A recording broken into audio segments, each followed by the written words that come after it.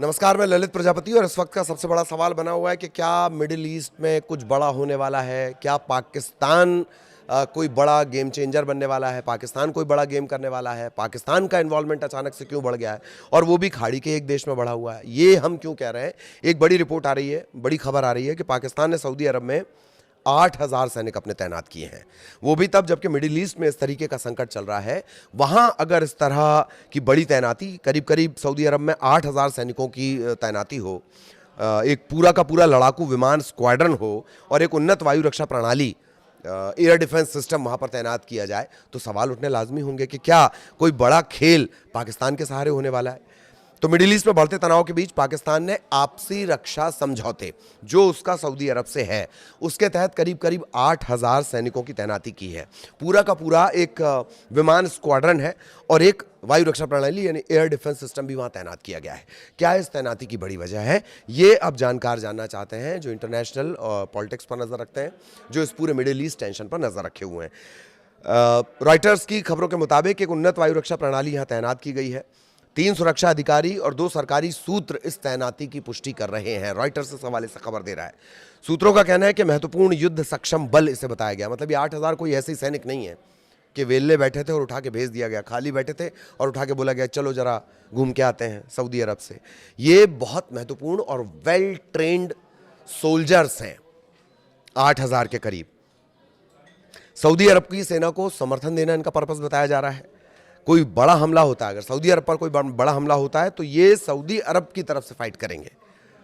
Saudi अरब का जो सरकारी मीडिया कार्यालय है वो इस संबंध में कोई आधिकारिक बयान नहीं दे रहा है, लेकिन रॉयटर्स के जो रिसोर्सेज हैं, 3 सुरक्षा अधिकारी और 2 सरकारी सूत्र, वो इस बात की तरफ इशारा कर रहे हैं। सोर्सेज के हवाले से खबर यह भी है कि पाकिस्तान ने करीब करीब 16 विमानों का एक पूरा स्क्वाड्रन में पूरा का पूरा बेड़ा आप समझ लीजिए, पूरा का पूरा जत्था समझ लीजिए। विमान बोले तो एक विमान नहीं, पूरे 16 के 16 ये लड़ाकू विमान है। JF-17 थंडर लड़ाकू विमान, ये चीन के साथ जॉइंटली डेवलप हुए हैं।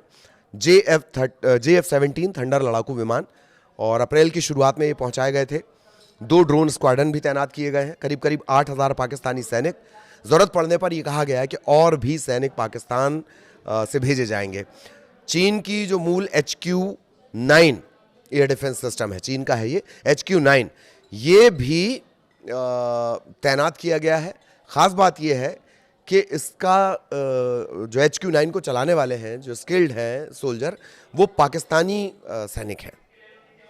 और खर्च, इसका जो पूरा खर्च रहेगा वो कौन पे करेगा? वो सऊदी अरब करेगा। तो ये रिश्ता क्या कहलाता है?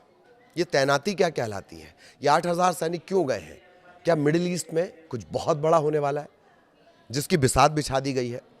ईरान के जो ताल्लुकात हैं, असीम मुनीर जो हैं, वो बार बार, ठीक है पाकिस्तान मीडिएट कर रहा है, पाकिस्तान मीडिएटर है, लेकिन बार बार जो असीम मुनीर है वो सवालों के घेरे में आ रहे हैं। कहाँ से प्लान्स लीक हो जा रहे हैं? क्या वो अपनी बात नहीं रख पा रहे हैं? क्या वो प्रॉपर ईरान की बात US तक नहीं पहुँचा पा रहे हैं? इसी वजह से बातचीत में दखल पड़ रहा है, बातचीत में बाधाएं उत्पन्न हो रही हैं।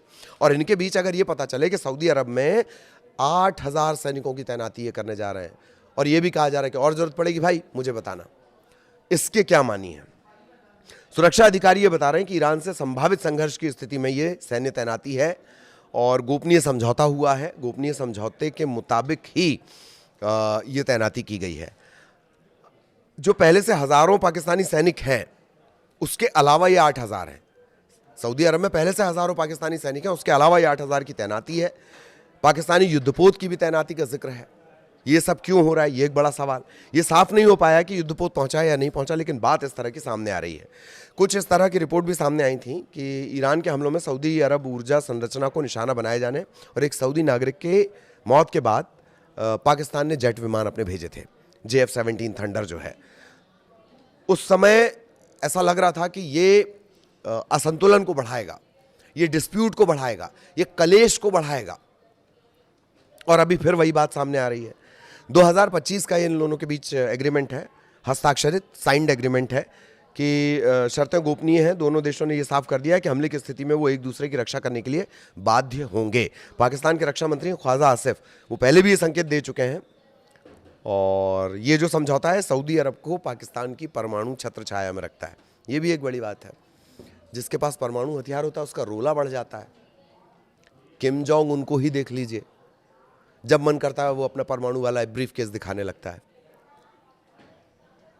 ईरान को देख लीजिए, इतने हमले सह रहा है, बावजूद इसके कह रहा है कि नहीं नहीं 60% एनरिच यूरेनियम तो नहीं देंगे, क्योंकि जिसके पास होगा परमाणु बम वो पूरी दुनिया में दिखाता फिरेगा दम। कुछ ऐसी स्थितियां हैं, इन सब के बीच पाकिस्तान और सऊदी अरब में क्या कुछ चल रहा है ये बेहद दिलचस्प बना देता है इस पूरे घटनाक्रम को, और सऊदी अरब की टेंशन, मिडिल ईस्ट की टेंशन को और ज्यादा बढ़ा देता है। आगे इससे जुड़ा अपडेट होगा वो आप तक पहुंचाएंगे। नमस्कार।